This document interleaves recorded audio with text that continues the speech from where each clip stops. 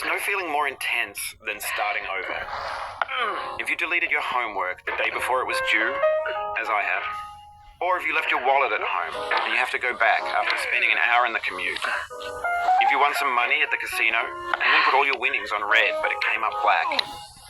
If you got your best shirt dry cleaned before a wedding and then immediately dropped food on it. If you won an argument with a friend and then later discovered that they just returned to their original view.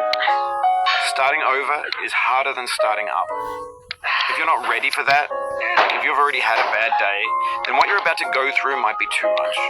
Feel free to go away and come back. I'll be here. Alright, thanks for coming with me on this trip. I'll understand if you have to take a break at any point.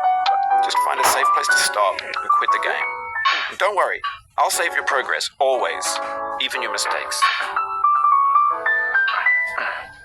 This game is a homage to a free game that came out in 2002, titled Sexy Hiking.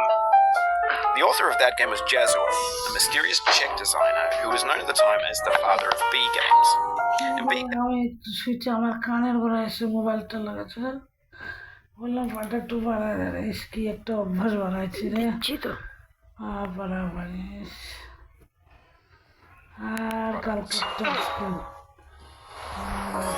In a certain way, Sexy Hiking is the perfect embodiment of a B game. It's built almost entirely out of found and recycled parts, and it's one of the most unusual and unfriendly games of its time. In it, your task is simply to drag yourself up a mountain with a hammer. And that act of climbing, in the digital world or in real life, has certain essential properties that give the game its flavor. No amount of forward progress is guaranteed. Some cliffs are too sheer or too slippery. The player is constantly, unremittingly in danger of falling and losing everything. Anyway, when you start Sexy Hiking, you're standing next to this dead tree that blocks the way to the entire rest of the game. It might take you an hour to get over that tree. A lot of people never got past it. You prod and you poke at it, exploring the limits of your reach and your strength, trying to find a way up and over.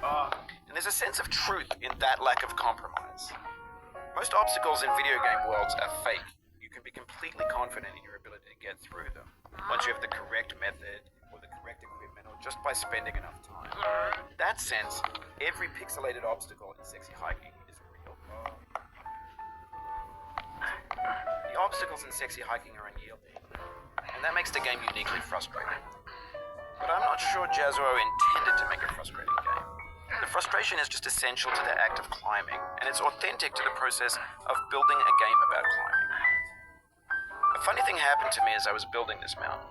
I'd have an idea for a new obstacle, and I'd build it, test it, and it would usually turn out to be unreasonably hard. But I couldn't bring myself to make it easier. It already felt like my inability to get past a new obstacle was my fault as a player rather than as a builder. Imaginary mountains build themselves from our efforts to climb them, and it's our repeated attempts to reach the summit that turns those mountains into something real. When you're building a video game world, you're building with ideas, and that can be like working with quickset cement. You mold your ideas into a certain shape that can be played with, and in the process of playing with them, they begin to harden and set until they're